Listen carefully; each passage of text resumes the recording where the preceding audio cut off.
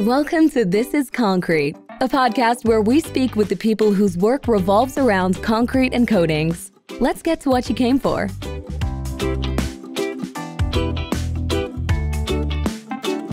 Hello, Chad Gill here. I'm the host of the This is Concrete podcast, where I talk with leaders in facilities management, architecture, contracting, and more. This episode is brought to you by Concrete. Concrete is a concrete polishing and coatings company with nearly 20 years of experience working in commercial, industrial, and residential markets. So whether you need smooth transitions for your warehouse traffic, a show-stopping lobby floor, or a seamless concrete accent wall, we can provide the skill and imagination you need to make your concrete uncommon. Visit us at thisisconcrete.com to learn more about Concrete today. Workforce Recon is another sponsor.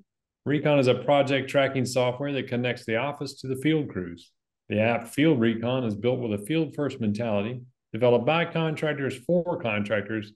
It includes time and asset tracking, messaging, and job documentation, along with scheduling in one place so you can see what's going on in the field.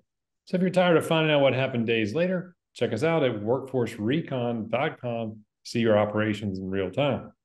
So joining me today is James Baty. He is a driving force in the world of concrete contracting with a career spanning over 3 decades. Notably, he holds the esteemed position of director within not one, but 2 of the largest concrete contractor networks. With extensive experience, he's been instrumental in managing, teaching, and certifying concrete contractors, shaping the industry's skilled workforce. And his commitment doesn't stop there. He's deeply engaged in the development of codes and standards that will pave the way for a more robust and efficient future. Beyond that, he's dedicated to fostering the growth of the next generation, setting the stage for the workforce of tomorrow while simultaneously raising the bar for today's industry leaders. James, I appreciate you coming on. I was like, driving force of world of concrete. You could have stopped there. I was like, man, yeah, world of concrete, not just contracting, but it's been a few days there. Good nutshell. Yeah, Chad, thanks for having me. I'm thrilled to sit down with you for a while. It's always weird when you hear somebody read about your past and you're like, oh man, is that what I've spent all this time doing? Actually, I was sitting there looking at counting the gray hairs, thinking, "Yep, that's where all that gray hair comes from." That's where they are. Yeah, it's I've got a filter on mine. That way, it keeps it looking. Well, that's awesome. I love it. I think hearing you read that, the thought that goes through my head is that when you're in this industry, you just have to be willing to listen. Because if you listen to the constituents, you listen to the owners, listen to the contractors, listen to the workers, they'll tell you where you need to go and where you need to be working. And that's the seat that I've been privileged over the last three decades, really blessed to serve them in that way. Listen to a need, create a solution, and then push it forward. Yeah, and associations are great for that. I mean, it's tough to get people to participate at the level you wish they would. But, they're busy too, and they're trying to get it done. But associations, man, what a thriving source of a bunch of collected wisdom, I mean, it's, you can get a lot out of those. I know when I was I'm still in ASCC, and the CPA and all those things. It's just a really good, American Subcontractor Association, great place to learn about contracts, it's just amazing. A lot of resources out there that people don't realize you can pull. If you're in an association, you got to use it. Yeah. And what's interesting is that oftentimes what prevents a company from joining an association is the assessment of what resources I'm going to get. And yet they don't stop to think that they are a part of the greatest resource. And it's that networking, it's that connection. It's going to an event and meeting somebody over a beer and talking about your job versus my job, your pains versus my pains. And you find out how not alone you are. There is no such thing as an island in this industry. And the richness that you can bring back to your company, and you weren't even looking for it. You might have joined an association because, I don't know, they offered you an employee handbook or a safety manual, which is really big for ASCC. And by the time you've invested 1.5 years or 2 years, you've begun to start to completely transform your company, and you become a better version of yourself that you weren't even seeking. It is funny like that. It's unintended consequences of joining. Yeah. That you get into it and you're like, you convince yourself, okay, well, I'll do this because I need like you said, a safety manual. It's a great way. It's it's an inexpensive way to get a safety manual. But then you get in there and you meet these people, and it's just, you're right. I mean, you're 100% right that it is sometimes there is such power in finding out that the problem you have or the challenge you're dealing with, that you're not alone in it. Because, you know, up until then you thought, well, maybe I'm just not good at this. But then you get in there and you find out there's a lot of people who are good at it. It's just, this is a challenge that people have. And is maybe it's never going to go away, or maybe they made it go away and they've got a way that they can tell you. I mean, you go to the meeting, you might not get anything out of the meeting. Normally you do, but you might not. But you may save your company with whoever you have coffee with. I mean, it's crazy. It really is. And, you know, I think another side of it is the social aspect of it. And you've got today a lot of emerging leaders, and associations like ours are working really, really overtime to connect those emerging leaders in new ways, connect them to each other so that they can be seen as a group that's going to move forward and be tomorrow's board members or tomorrow's task group and committee members.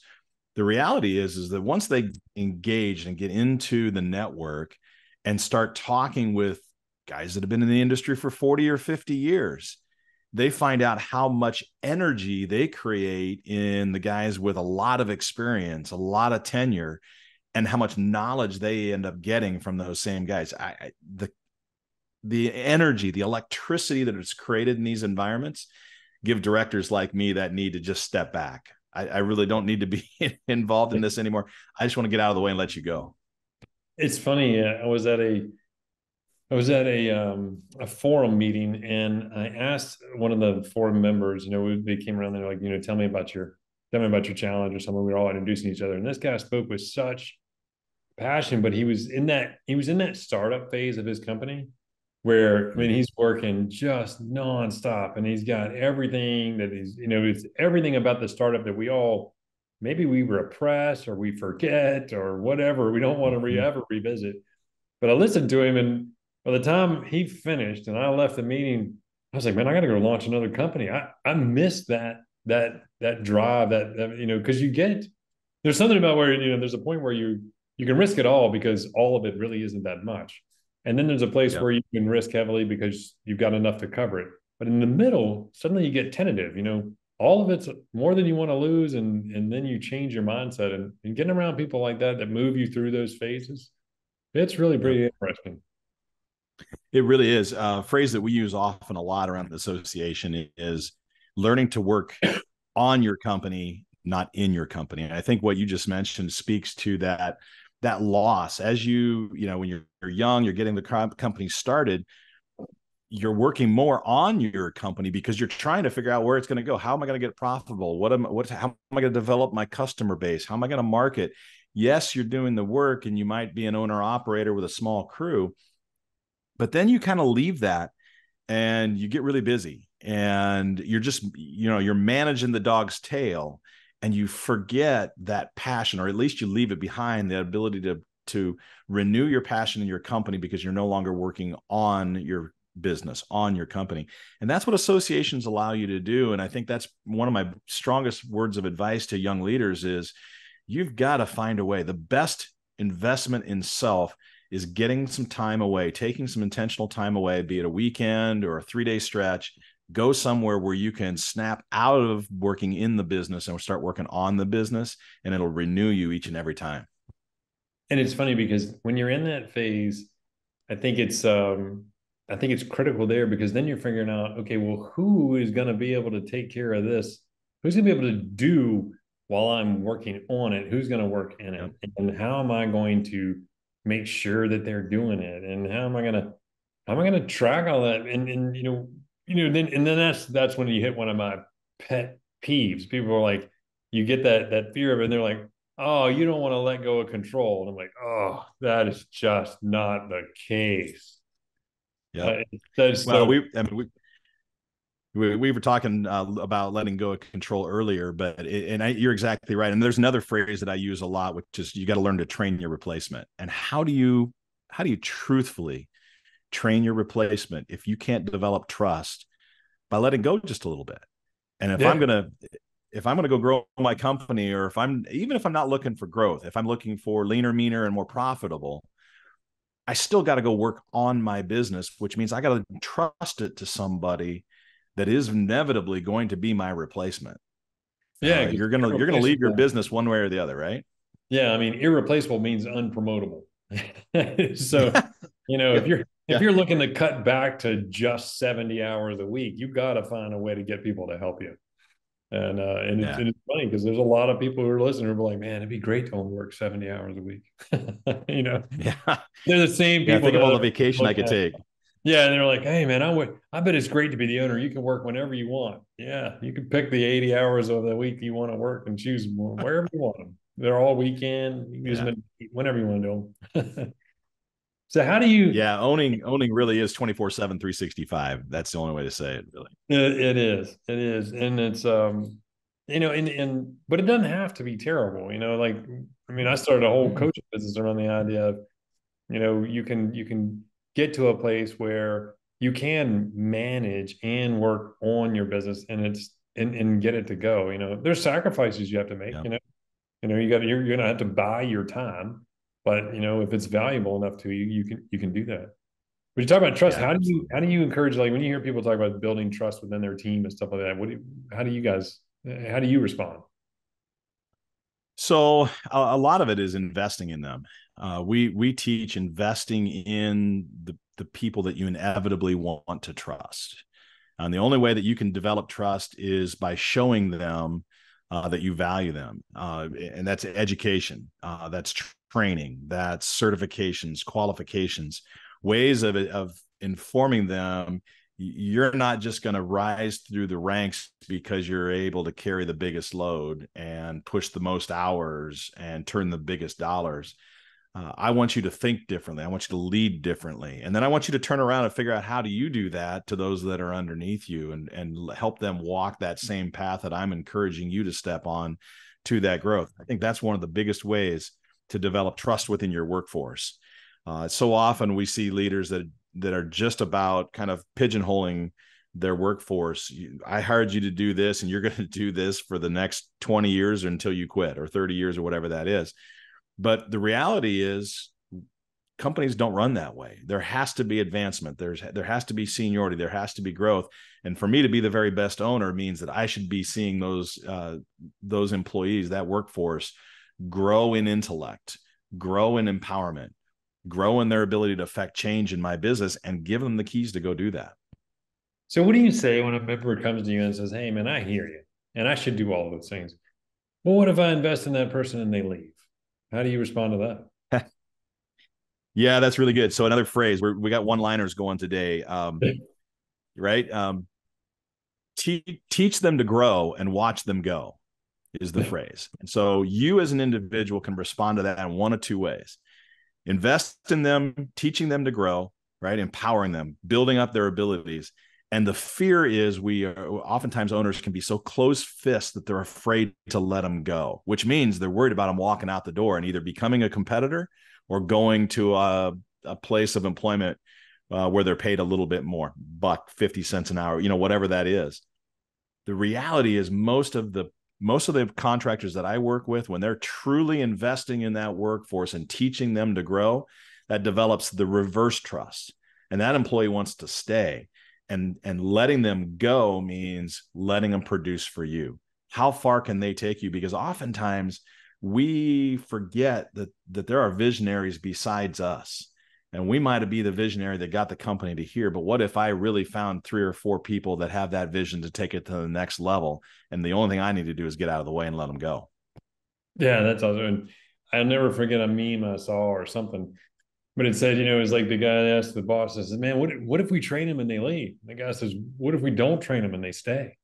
Exactly. That's it. It's 100%. like, it's that double-edged sword, it's, how do you, but I think you're right. I think people, I don't know how many surveys and stuff they put out that say people don't leave jobs for bad pay. They leave jobs for bad leaders.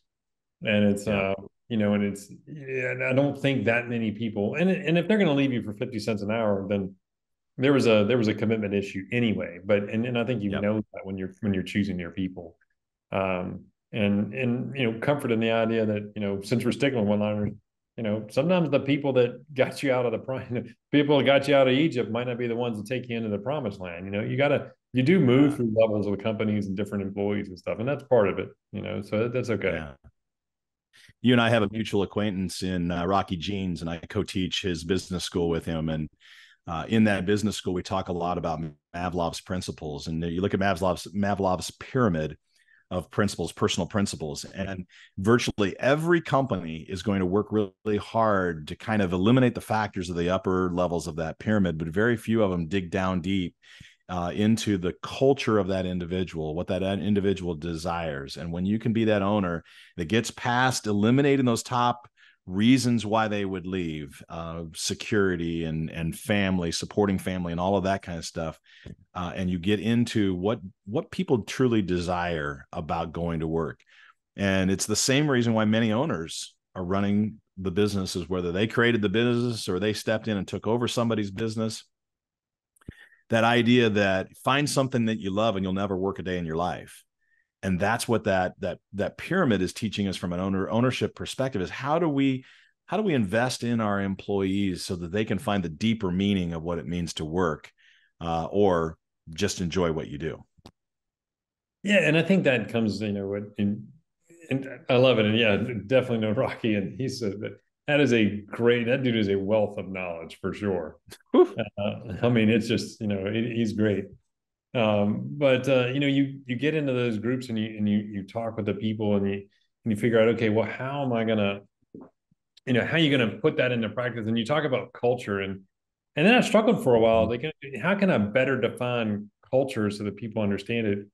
So we ended up shifting to a word that we use community.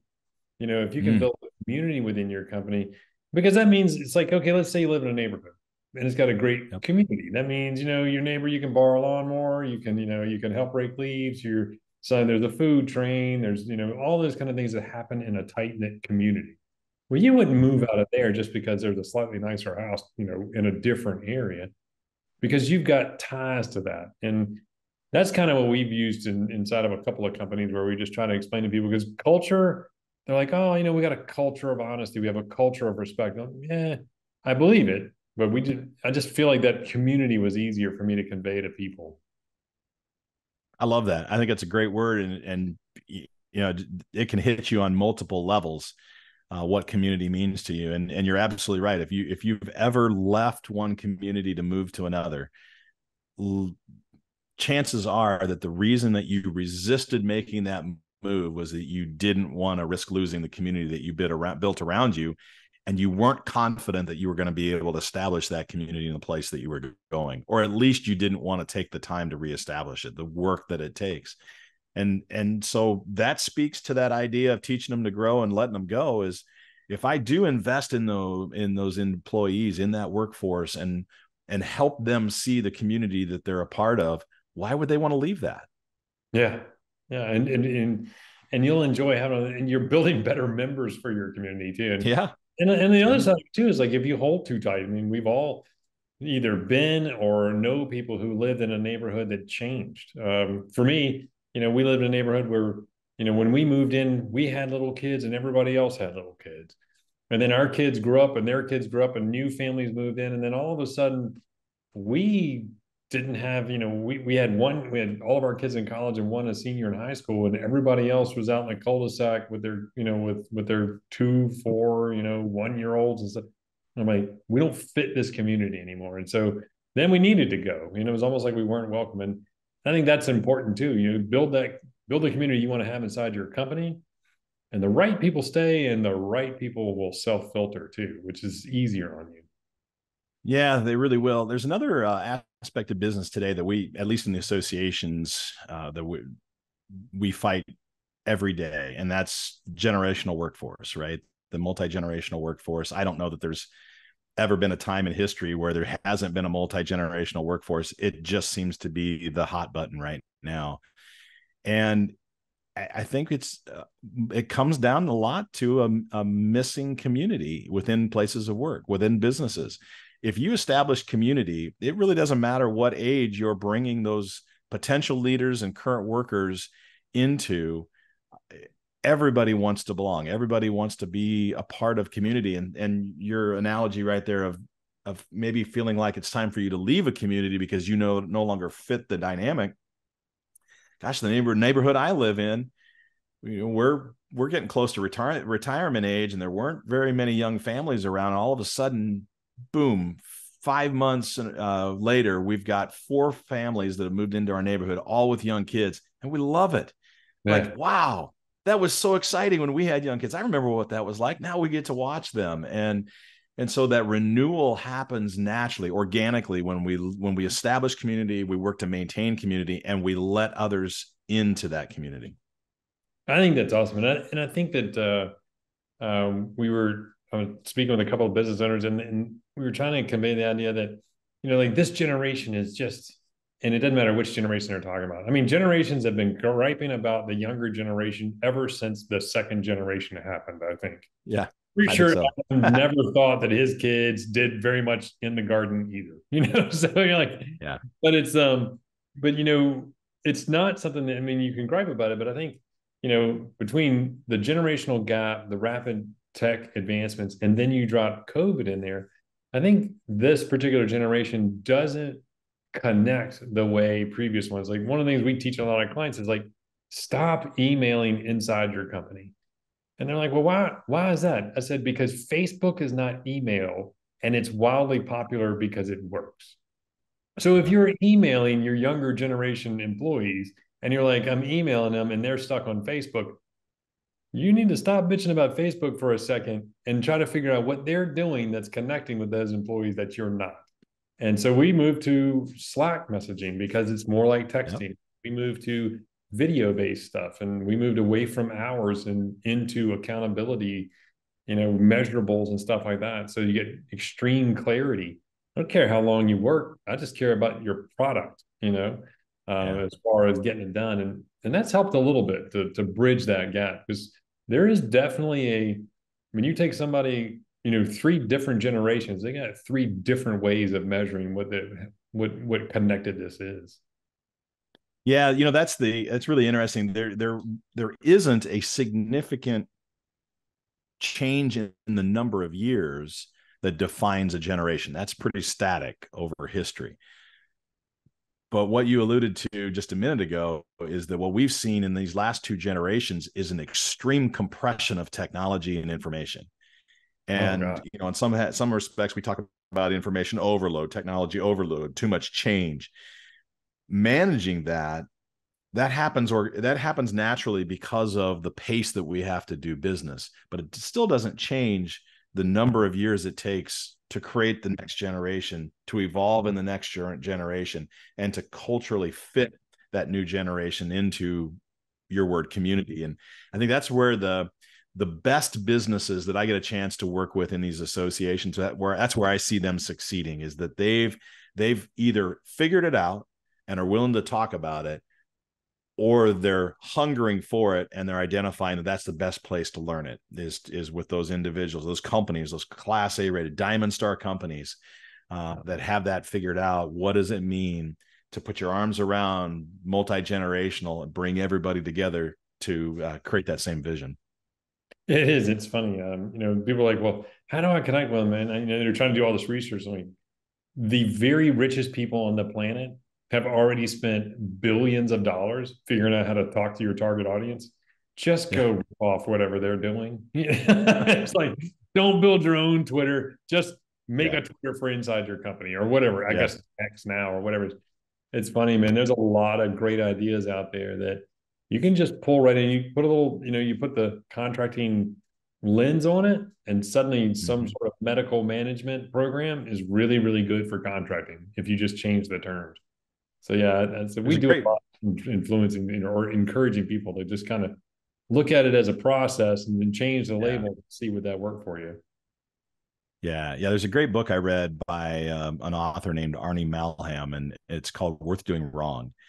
And in that vein, I would say that I still tell owners all the time, don't be afraid to try something. Just make sure you're ready to learn from what you tried. Because some of the best things you can do for your company is trying something and finding out, no, that didn't work. but then caring to listen as to why it didn't work, and then what can I do right the next time. And those are great tactics, I think, to live by and to run a business by. Yeah, you don't see a lot of unscarred, successful owners, operators, executives. I mean, they're up there. It's like if you meet a guy who's got like a perfect nose and he's like, yeah, I was a boxing champion. He's not. Yeah. Yeah. Nobody went through that program and didn't get hit. Yeah. Yeah, exactly. It's like have that new F-150 or take your pick, whatever truck you happen to like and you buy for your fleet. You get that new one, you run it right out there, and you're so proud of that truck, and you desperately don't want to see that first scratch. But as soon as you get that first scratch or ding or whatever, it becomes a badge of honor, and you're like, yeah, I remember when that happened. Let's go. Yeah, now I can enjoy my truck. I'm not so scared to drive it everywhere I go. Yeah, right. It's like, yeah, so now it's like, yeah, go scratch your truck and don't get food advice from a skinny waitress. It's like, she doesn't know what tastes good. She did, she wouldn't be that thin. That's awesome. The other thing that I've really been privileged to experience, and I love this, is kind of a maturation of working with business owners, and particularly in contracting. It's hard when we talk about working on your business and not in your business. And I've really enjoyed over the years. You mentioned codes and standards and how I've been so involved in that, and I think I have 14 different committees right now at ACI for codes and standards development. And the reason I'm there is because I get to sit at the table with so many thought leaders that have experienced what that is like to have to work with the documents and work within the constraints and the rules and the regulations, and then step outside of what it meant to work in it and to go work on it and to think about it in a different way. How can I improve that? Oh, that's what I faced. Yeah, the reason why that was a big problem for us is because we couldn't define it in this way. How can we improve that language? Or maybe it wasn't defined. And how can we put language in a document that for the future, for my son's company, my daughter's company, as I get ready to turn this over, they never have to face that in the same way that I did. It never is an issue for them. Has really been enriching for our industry. Residential concrete, which is where a lot of my 30 years has been spent, is the dinosaur in the concrete industry. What's different about residential concrete today than 60 years ago? Actually, quite a bit. And a lot of it is found in the technical documents that have advanced the liberation of the contractor, the liberation of the designer to do things better, which I think has set the stage for where the industry is going from a material perspective, from sustainability, and from company management or project management. Yeah, and just the material itself is changing super fast. I mean, we're trying to keep up with, just for me as a polisher, like, hey, we're pouring concrete. I'm like, well, what kind of concrete is it? Because he's like, why does it matter to you? I was like, because I'm going to have to polish it. He goes, yeah, it's probably going to be the same old stuff. I was like, because there's some concrete that it polishes great, but it cuts really hard, and so like, you get there, you plan on 3,000 PSI, you get there for 12,000 PSI. It's a different animal. Completely different animal, different aggregates, the softer aggregates versus the harder aggregates, all of the different chemicals that are in admixtures now. Your intro read, one of the words that you mentioned in that first intro read was making concrete uncommon. And I love that. I love that idea that there is no such thing as generic concrete, that when you truly understand the concrete industry, you see the individualities of every project, every batch that comes out. I think that's an important place to be. Yeah. I mean, I think, show somebody a piece of driveway concrete and show them a piece of ductile and dare them to call them both the same thing, but they are very, very different. Yeah. Yeah, this has been great. I really appreciate the time. I appreciate what you're doing with the associations and stuff. I mean, that's fantastic. I mean, I'm sure codes and standards. That's kind of like seeing your mother-in-law go over a cliff in a Cadillac. You got mixed feelings with codes and standards. But you need them. You got to have them. But it'll truly show whether you're a concrete nerd if you can withstand the codes and standards process. Yeah, that's it. That's like, it's better to be in the conversation than to be talked about, though. Yeah, right. That's right. Well, I appreciate it. And, I'm sure you're looking forward to, we'll catch up at World of Concrete here. And what is it again tomorrow? It feels like it. Yeah, it'll be right around the corner. Make sure that I really can't believe all these years we haven't crossed our paths. So let's make sure we make a point to connect with each other. I thank you for having me on this podcast. I love just to talk about concrete, and I absolutely love to talk about these businesses that these contractors run. Each and every one of them impress me to the nth degree. Oh gosh, I'll tell you, concrete in particular, man. And it's the only place where you can look at it and go, man, it goes in easier than it comes out. But gosh, man, it goes in awfully hard too. It's a hard job. Ain't nothing easy. Yeah. No, it is not. Thank you so much, team. I really appreciate your time. You bet. Thanks, Chad. Thanks for listening to This is Concrete. We look forward to you joining us next time. Be sure to click subscribe to get future episodes.